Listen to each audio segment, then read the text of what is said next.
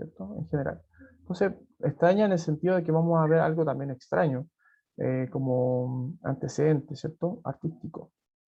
Así que no se sientan tampoco así como, ¿qué está pasando? ¿Qué clase es esta? Y a propósito, siempre entendiendo que la literatura es arte, entonces hay que entenderla como un fenómeno artístico, propiamente tal. Lengua y literatura, tercero medio A y B, 2021, la fecha de hoy día, ¿cierto? Y la clase número 8, lunes 19 de abril.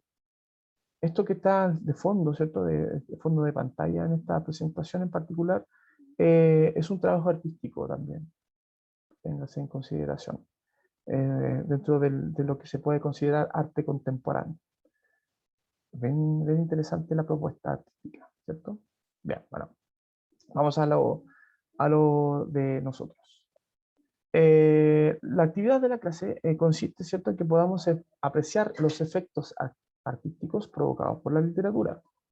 Y más allá, ¿cierto?, de que nosotros ya le reconocemos valores como, por ejemplo, o intenciones, más bien, ¿cierto?, propósitos, como pueden ser también considerados dentro del concepto literario, que puede ser el hecho de entretenernos, ¿cierto? Está el hecho de educarnos también, ¿cierto? Y el otro hecho que podría ser también agregado recientemente a las acciones artísticas, incluyendo la literatura, puede ser también el de denunciar o mostrarnos una época, y a partir de esa mostrarnos en la época, mostrarnos los males de esa época, ¿cierto? A propósito. Entonces, una suerte de denuncia. Eh, Todo eso, obviamente, en un marco artístico, o sea, en un formato artístico, que es el estilo del autor, la forma que elige él, cómo contarnos la historia, los personajes, sus características, ¿cierto? La ambientación en general. Todo eso genera un efecto estético, ¿cierto? También tenemos que reconocer que muchas veces, y aquí es lo que viene a continuación, que hay recursos y técnicas literarias utilizadas por el autor para incidir en ese efecto estético. Más allá, como decía recién, de estos elementos como muy... Por eso que nosotros analizamos quién es el narrador, dónde está lo contextual en la obra, eh, qué importa, cómo se ve reflejado, ¿cierto? La época a propósito de contexto, eh, cómo impacta eso en nosotros también, qué nos quiere decir, y etcétera, etcétera. O las características de los personajes. Todo eso son preguntas que nosotros van tendientes, digamos, a reconocer estos recursos y técnicas, pero no tanto porque sí, sino también porque hay una incidencia estética, un mensaje más allá, ¿cierto?, de las palabras propiamente tal.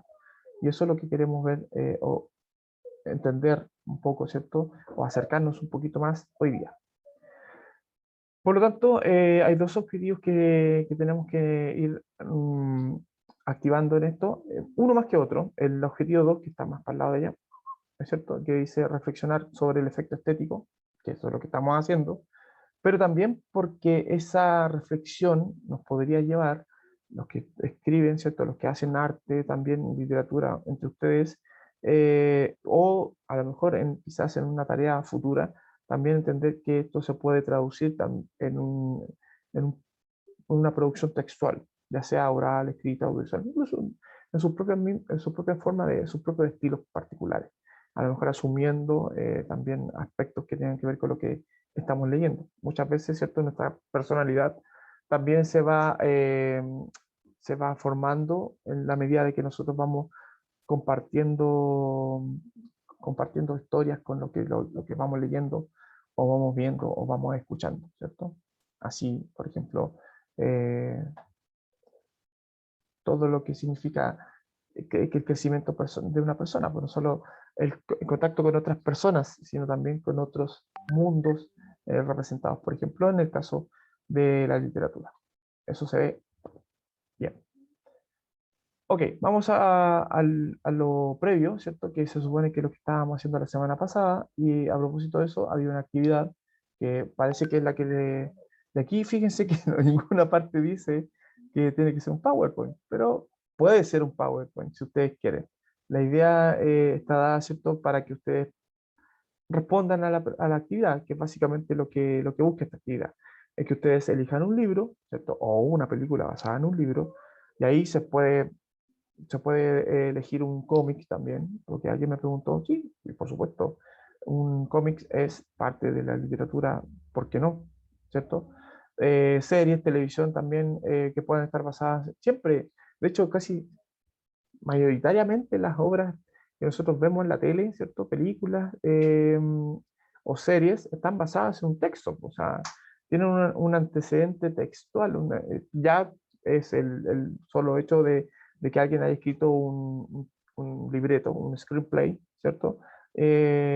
Muchas veces ese screenplay es una adaptación de una novela, de un cuento o de intención. Yo veía Shrek, por ejemplo, ayer, y decía a mi señora, pero no sé si sabían ustedes también, que Shrek es un cuento de niños. O sea, fue escrito en 1990, el autor no me acuerdo, William algo, eh, y una historia que tiene 32 páginas. O sea, de esas 32 páginas sacaron prácticamente una franquicia de Shrek, ¿cierto? Explotaron el personaje, y se puede explotar porque es un mundo que no había sido explorado todavía. Por ejemplo, a lo mejor un antecedente que ustedes no sabían, decía, Shrek se le ocurrió al tipo que hizo la película, pero no, está basada en un cuento infantil, poco conocido, pero ahí está.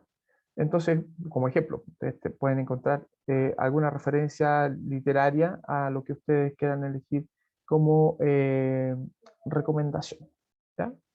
Y si no, igual, suma igual, no hay drama. Eso es lo que está en Classroom, así está estipulado, ¿ya? Y insisto que cualquier duda también la pueden hacer aquí. Esta instancia es solamente para aclararles nomás y favorecer, digamos, la comprensión de esta tarea. Bueno, vamos a ver un versus aquí. Hay un versus entre dos autores que parece y se están disputando esta idea. ¿Qué tiene que ver con lo que vamos a trabajar hoy día? A propósito de la idea de la genialidad y el trabajo, ¿cierto?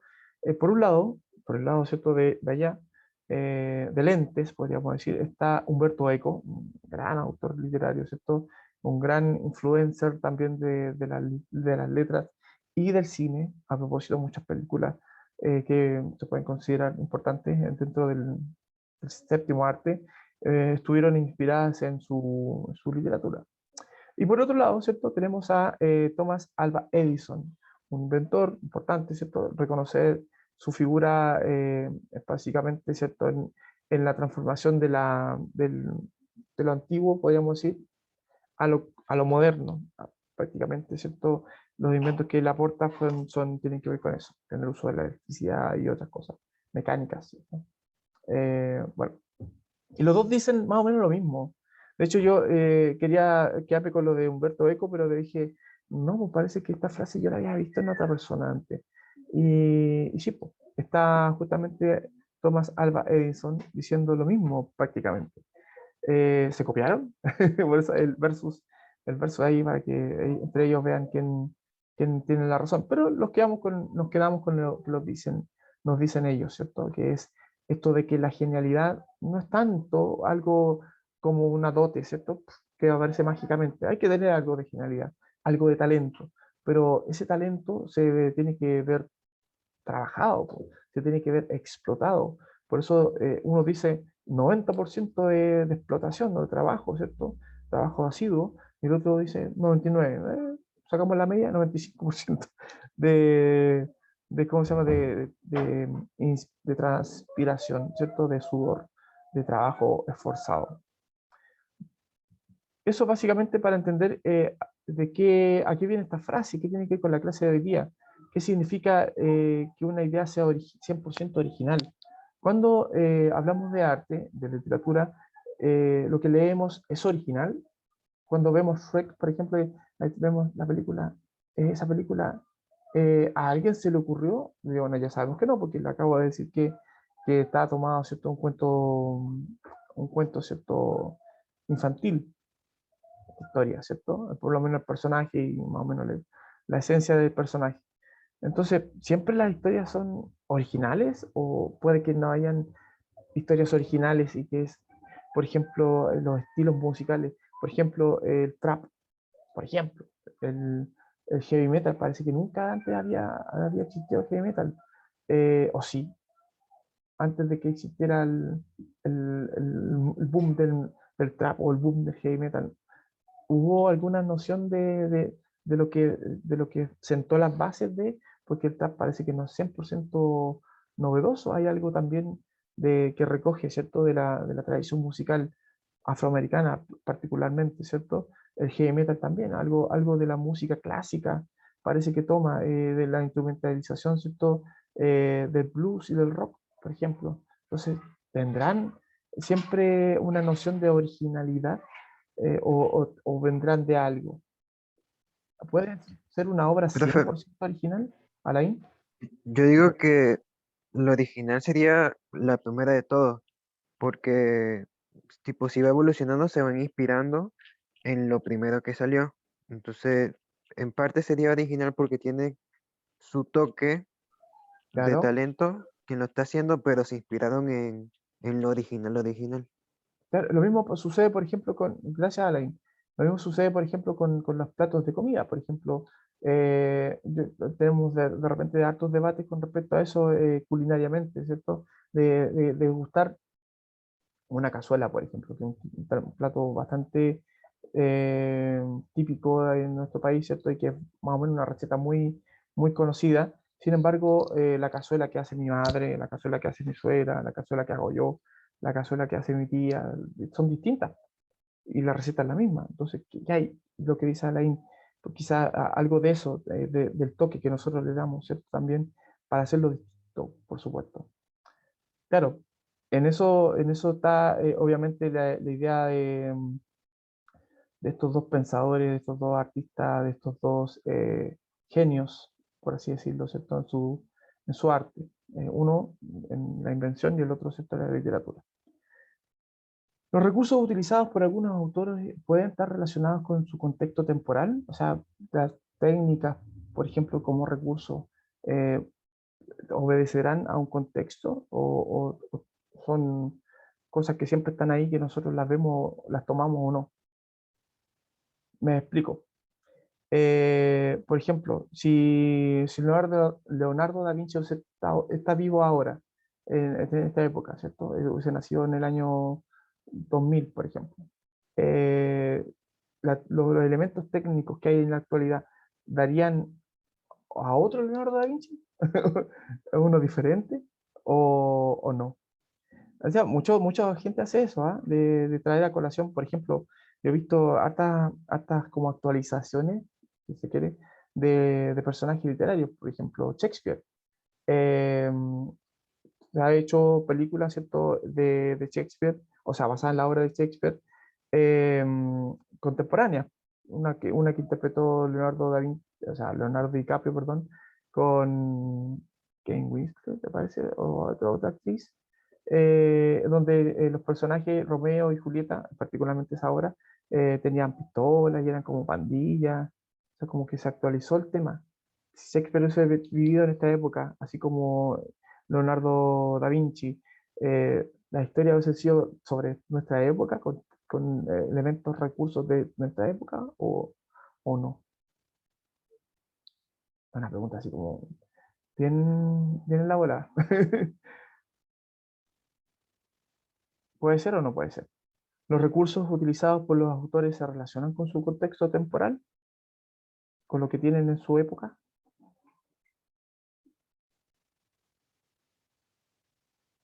Pregunta preguntona. Ya, eso es una pregunta que podríamos ir respondiendo quizá al final de la clase, ¿ah? Después de la evidencia que les voy a mostrar a continuación. Preguntas para ir pensando mientras tanto.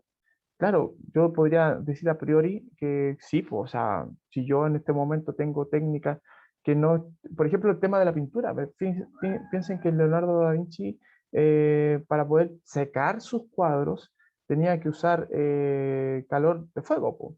O sea, y las mezclas de las pinturas, ellos las hacían de manera artesanal. O sea, él mismo veía cómo fabricar su óleo, su pintura, ¿cierto? O mezclando colores, buscando aceite, ¿cierto? Para poder eh, generar que la pintura tuviera una mejor impregnación en la tela. viendo la tela en sí, ¿cierto? También un tema que el gramaje, no sé si ustedes saben un poco de pintura, pero las telas tienen gramaje, dependiendo, ¿cierto? De, como por así decirlo, los hilos, cómo está confeccionada la tela en sí. Dependiendo de eso, la pintura misma se impregna más o menos, se seca más rápido, se seca menos rápido, ¿cierto? El clima, una serie de elementos contextuales, obviamente. Si Leonardo da Vinci hubiese vivido hoy, o cualquier otro pintor de la época, ¿cierto? Renacentista, vive hoy con la técnica actual, él va a Lápiz López o para no hacer publicidad, a la Nacional, a la librería, ¿cierto? A la Paloma en Puente Alto, y compra sus tubos de pintura ya hechos, po. Y a lo mejor, dependiendo de sus recursos económicos, puede comprar una de mejor calidad que otra, y comprar una tela de mejor gramaje que otro, ¿cierto? Y pinceles de mejor calidad, ya todo hecho, pues en la época de ellos todo prácticamente era artesanal, entonces, claro, ahí eso puede cambiar su técnica quizás, o la calidad de su cuadro, ¿cierto? Al final de cuentas. Por ejemplo, o si Miguel Ángel se vive hoy en día, que ya no sé, se dedicaba a hacer esculturas en mármol, yo sé, he hecho esculturas, no sé, con soldaduras, por ejemplo, o en otro material, no sé, claro, o a lo mejor de otras dimensiones. A lo mejor no se trabajaba para la iglesia, ¿no? Dando de como ideas también de recursos que van y pueden modificarse, por supuesto. Claro que tiene que ver con la época en particular, y esta puede ser muy determinante, como esto, por ejemplo. Cuando alguien quiere hacer arte hoy en día, tiene que lidiar justamente con esta idea de que su arte no tiene que ser algo ya visto, tiene que ser esta permanente, ¿cierto?, lucha que tiene el artista con la idea de lo nuevo, de cómo yo tengo que y puedo ser novedoso, impactar, ¿cierto? Por tanto, con esa novedad también en el receptor, en el espectador, ¿cierto? En este caso, los que visitan esta muestra artística a propósito, una muestra artística bastante ambiciosa porque todos estos efectos visuales, ¿cierto? Que nosotros vemos, que es una sala de una galería enorme, cuenta con más allá de 500 computadores y 420 proyectores como data, ¿cierto? Para poder generar este efecto en el que la persona, el- el espectador es partícipe, ¿cierto?, de la obra y se siente dentro de la pintura, por así decirlo. Es como bien impactante. Entonces, ¿se puede ser 100% innovador en el arte o tengo que utilizar técnicas antiguas, recursos antiguos, elementos, ¿cierto?, previos más que antiguos, eh, y modificarlos? ¿Puedo hacer algo distinto en música, en pintura, en literatura, por ejemplo, o novedoso? Por ejemplo, si lo vamos a ver en una película de terror, por ejemplo, también. Cómo contar una historia terrorífica sin recurrir a lo ya trillado en el cine de terror, que es muy característico a propósito, ¿cierto? En el sentido, digamos, de lo que se repite. No, típico de que se mueren primero esto, típico que pasa esto, otro. Aquí viene una escena de un scream, ¿cierto? Entonces como que uno ya no pierde como la novedad, el efecto cabro chico, como le dicen algunos también, a eso de que cuando uno era más niño, porque no tenía tanto roce cultural, seguro, las películas de terror nos impactaban de otra manera como ahora, que somos un poco más grandes y ya sabemos más o menos a lo que puede uno estar expuesto. Bueno, esta obra se llama Volando Más Allá, justamente, y está en una exposición itinerante de arte digital en el museo, ¿cierto? Team Lab Borderless, ¿cierto? En Tokio, Japón, ¿cierto? Es una exposición itinerante porque se ha presentado en distintos lugares del mundo también, pero permanentemente está ahí en esa ciudad y en ese país. Interesante exposición. Es una cuestión mucho más grande, no solamente eso. Y a propósito de novedad, y aquí viene lo perturbador, lo que puede ser perturbador, pero lo vamos a considerar también como parte de la novedad. Este artista que se llama Olivier Sarrazin es un artista de origen congueño, se puede decir, de Congo, en África, ¿cierto? Pero vecindado en Francia, a raíz, ¿cierto?, de que Congo también fue parte de la colonia francesa en su debido tiempo. Y él hace una propuesta, él es africano, digamos, del Congo. Hace una propuesta artística dentro de lo que nosotros podemos considerar bastante novedosa. Veamos lo que se cuenta en este video. Veamos lo que se cuenta, más que escuchemos, porque no, seguramente no vamos a cachar nada, está en francés. Pero pongan atención a la imagen. Aquí está. A ver si lo puedo poner en subtítulos. Por lo menos puse aquí. Oh.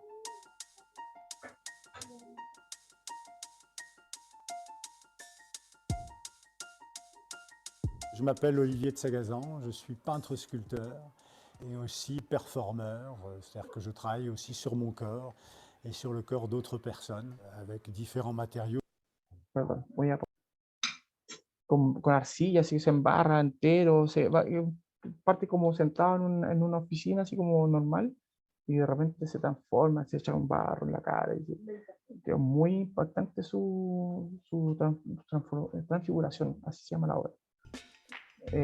Samsara también se llama, a propósito de lo que del libro que estamos leyendo, también tiene una performance que se llama Samsara, que consiste justamente en eso. Bueno, de aquí hay una referencia a su obra. Voy a leer lo que dice. Claro, sí, o sea, indudablemente, en la medida que va avanzando. De hecho, él tiene una performance también con otra artista plástica, que él es pintor, escultor y al mismo tiempo, ¿cierto? Como performance, así como intervenciones artísticas, así en vivo y en directo. Eh, como actor, podríamos decir también. Bueno, aquí dice durante 20 años, entendiendo que estamos en el año 2021, el artista nacido en el Congo y residente en Francia, Olivier de Sarrazin, ha desarrollado esta técnica híbrida de integra, ¿cierto?, la pintura, la fotografía, la escultura y el performance, también con música, ¿cierto? Dentro de la performance también la música es muy importante. En su existencia artística, ¿cierto?, una serie performista Transfiguración, que decía recién, que comienza en el año 2001, Sarrazin construye capas de arcilla y pintura, ¿cierto?, sobre su propio rostro y lo va transformando, deformando, desarmando, construyendo sus propias figuras, ¿cierto?, mostrándose también como un animal humano en permanente evolución. Por eso que él estudia biología, por ejemplo, es lo que decíamos recién sobre los recursos contextuales que disponen los artistas para crear su obra. Y obviamente se constituye mucho en la obra, por ejemplo, la de Sarrazin, y otros tantos más, casi sino todos, el contexto es muy importante, ¿cierto? Como dotador de herramientas y de recursos. Aquí pues, lo que lleva Sarrazin su obra, ¿cierto? Es eh, provocar esa conmoción estética, ¿cierto? En el espectador. Imagínense estar en vivo y ver eso, es impactante. A mí me dio miedo, por ejemplo, la primera por la música. Yo vi igual que Marco, ¿cierto? Un video de él, tiene un canal de YouTube, Olivier Sarrazin, se lo recomiendo, pero con cierto resquemora que se puedan asustar o se puedan perturbar, porque su obra es conmovedora. Lleva a eso, ¿cierto? A que nosotros experimentemos dentro de nuestra emotividad esa sensación, digamos, de inquietud, ¿cierto? De miedo, en algunos casos, su obra. Imagínense entrar a su galería de arte, una exposición de él de noche, por ejemplo. Da miedo porque parece, y de hecho parecieran que su escultura fuera momia.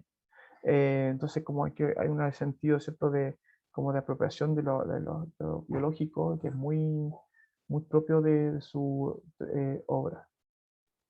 Claro, Transfiguración de Olivier Sarrazin, por si lo quieren ver, está ahí recomendándolo Marquinhos. Ok, fíjense en esto también. Lo que dice Sarrazin a propósito de su propia arte, dice, estoy interesado en ver hasta qué punto la gente piensa qué es lo normal, o incluso lo trivial, el hecho de estar vivo, ¿cierto? Por eso nos saca de esta como situación en la que nosotros nos podemos sentir como cómodos, que es nuestro punto de confort, como se le llama también. Nos mueve, nos lleva, nos inquieta, se pinta, se tapa los ojos, en un rato uno tiene la sensación de ahogo, pero imagínate ponerte capas y capas de arcilla en la cara y no respirar, o sea, este tipo se va a matar, y uno piensa, ¿cierto? Se va a enterrar algo y atraviesa palos, ¿cierto? en su rostro, se saca los ojos en algún momento, se transforma en mujer, en el sentido, ¿cierto? Se va agregando elementos propios de la sexualidad femenina, tiene como un parto de barro, es bien, bien impactante su performance, obviamente. Y de alguna manera, claro, dice la pregunta del video, presenta la sociedad actual, ¿por qué? Dice, lo que nosotros estamos viendo de esta obra, si se ve reflejada nuestra sociedad tal como nosotros la tenemos concebida. De alguna manera sí, porque lo que trata de hacer Sarrazin es satisfacer también esta curiosidad artística y despertar permanentemente esa curiosidad en sus espectadores. O sea, no saber lo que hace el tipo, ya, ok. Yo les digo, seguramente a alguno de ustedes le va a nacer el bichito, digamos, de ver estas performances, para ver qué tan perturbadores o a quién con qué nos va a, a conmover esta vez, ¿cierto? Este artista, por ejemplo. Entonces, claro, él trata de buscar también una forma de impactarnos como espectadores. Entonces, en ese sentido, nuestra sociedad actual permanentemente juega a eso. De hecho, quien sale con un estilo musical nuevo, también, pues, a propósito, cómo yo puedo cautivar un público nuevo también. Un perfume, por ejemplo, que también un trabajo artístico ahí tiene que ser novedoso en relación a los perfumes que ya se han hecho, se han elaborado, etcétera. O sea, todo lo que es como concebido como trabajo artístico juega permanentemente frente a este desafío de la hoja en blanco, de la novedad, de ser novedoso. ¿Crees que el autor trata de transmitir una enseñanza? Obviamente, ahí uno puede interpretar, interiorizar su obra y decir, sí, la enseñanza es esta. Nosotros los seres humanos veo yo así la obra, y lo dice él también, como en una situación muy cómoda, de entender la rutina cotidiana como algo poco sorpresivo, por así decirlo. Entonces, ¿qué pasa con estos elementos que utiliza él con su forma de mostrarnos también este arte nuevo? ¿Cómo nos impacta? No sé. Pues, ahí, bueno, se la dejo a usted la pregunta. ¿Qué trata de transmitir el autor? A propósito de lo que vimos como contenido y lo que él habla, apunta a una crítica de nuestra forma de vida actual, a propósito de la comodidad, por ejemplo, a propósito de esta inmovilidad, por ejemplo, de la poca conciencia de nuestra transformación como seres vivos, también, no sé, pues, vean eso. Puede tener alguna crítica, no lo sé. Ahí ustedes, una idea para que ustedes también se la planteen frente a lo que escuchan, a lo que ven, a lo que leen, ¿cierto? Etcétera. ¿Cuáles creen que son las temáticas que trabaja la literatura contemporánea? Volviendo al tema de la literatura. Uno de ellos, es una pregunta retórica porque la idea yo la voy a por el tiempo, ¿cierto? Entre los recursos estéticos que se utilizan en la literatura contemporánea, ¿cierto? Se encuentra el recurso de la intertextualidad. Yo aquí tengo que explicarles que la intertextualidad es un recurso, ya sabemos, ¿cierto?, estilístico, que permite establecer una relación entre dos textos de manera implícita o explícita. Generalmente la relación es más explícita que implícita, porque involucra también un trabajo de reconocimiento a la fuente, no así cuando se trata de una copia o un plagio. Eso ya es otra cosa e incluso se incurre en un delito. Sin embargo, la relación intertextual es explícita, tiene un propósito estético, una transformación, dice aquí, ¿cierto? Que se puede plasmar en distintas referencias, por ejemplo, de otros textos, de una misma época, de otra época, de un mismo autor, de otro autor, ¿cierto? De otros autores, literales, parafraseados, etcétera, etcétera, etcétera. O sea, hay muchas formas de hacer referencias. Aquí dos ejemplos. Tom y Jerry, por ejemplo, obra, entre comillas, original. Y, ¿cómo se llama estos monos de los Simpsons? Tom y Daly, que tienen un nombre en inglés, porque nosotros le pusimos Tom y Daly en latino, pero es Itchy y Scratchy, ¿cierto? Que es básicamente Tom y Jerry. De hecho, fíjense en todos los elementos que son similares, pues. Esto, cómo interactúan entre ellos gato y ratón, nombre, ¿cierto?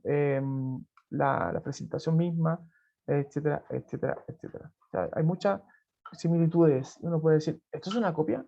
No, en realidad Matt Groening, ¿cierto? Y equipo de producción de Los Simpsons hacen permanentemente alusiones, que son estas relaciones intertextuales con otras obras. Específicamente, ¿cierto? Parte de la cultura más colectiva, ¿cierto? La cultura colectiva, en este caso, los monos animados, música.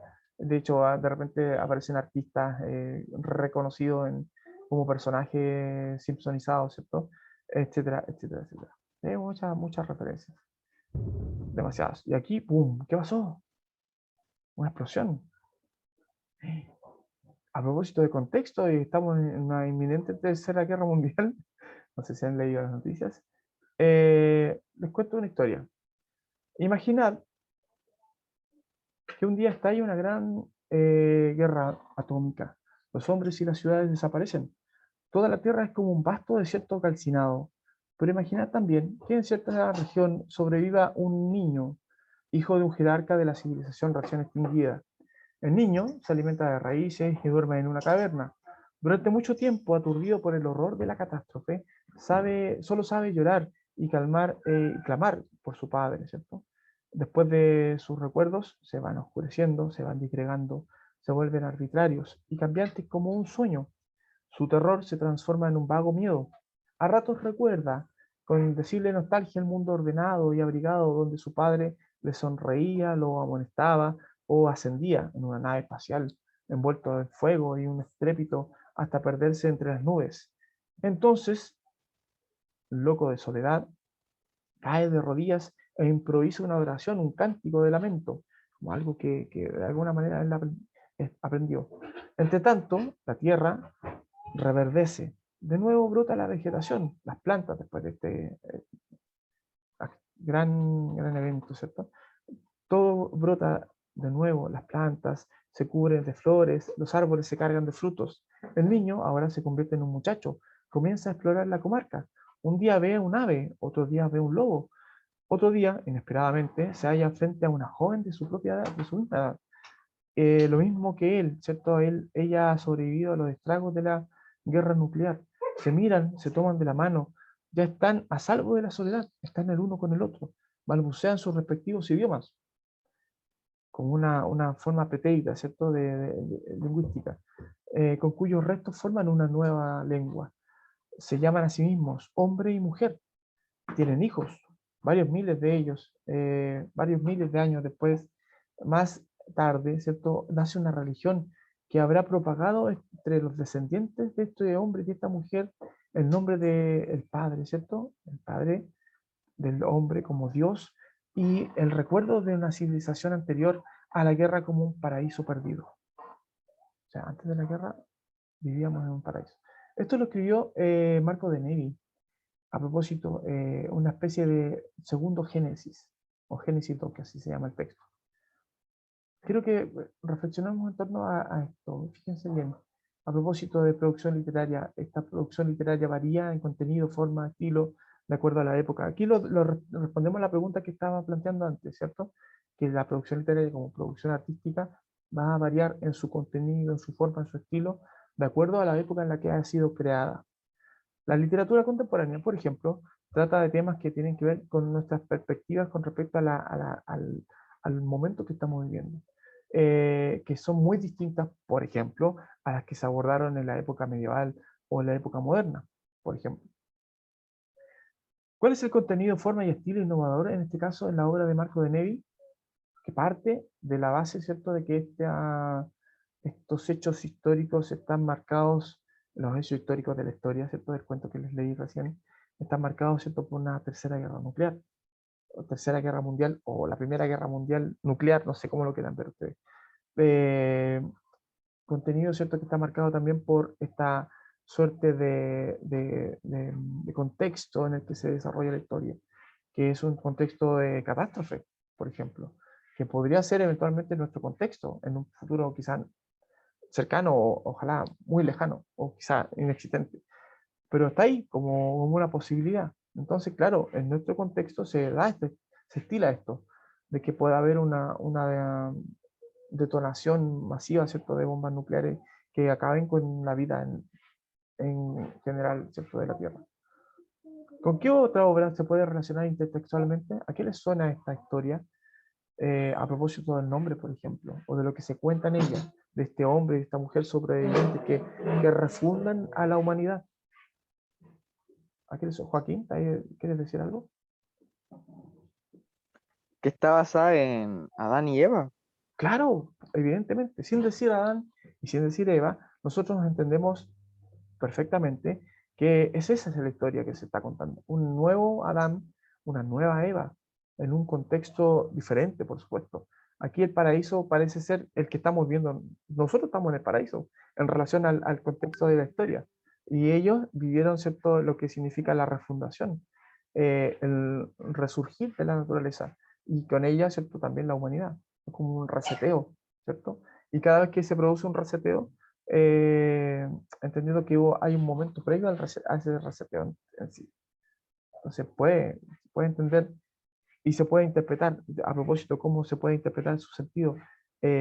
Puede interpretarse esto como una advertencia, puede interpretarse esto como un llamamiento a prevenir, justamente por la idea de advertencia, que esto suceda nuevamente, este reseteo, ¿cierto? Porque a lo mejor Adán y Eva obedecieron a eso, a un reseteo, y dijeron, ya, chao dinosaurios, hombre, humanidad.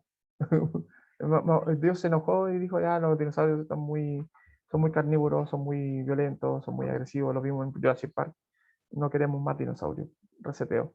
Y puso su dedo, ¿cierto?, en un cometa que extinguió a los dinosaurios. Puede ser, no sé.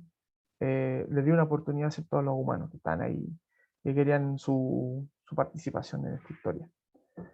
Puede ser esa la visión.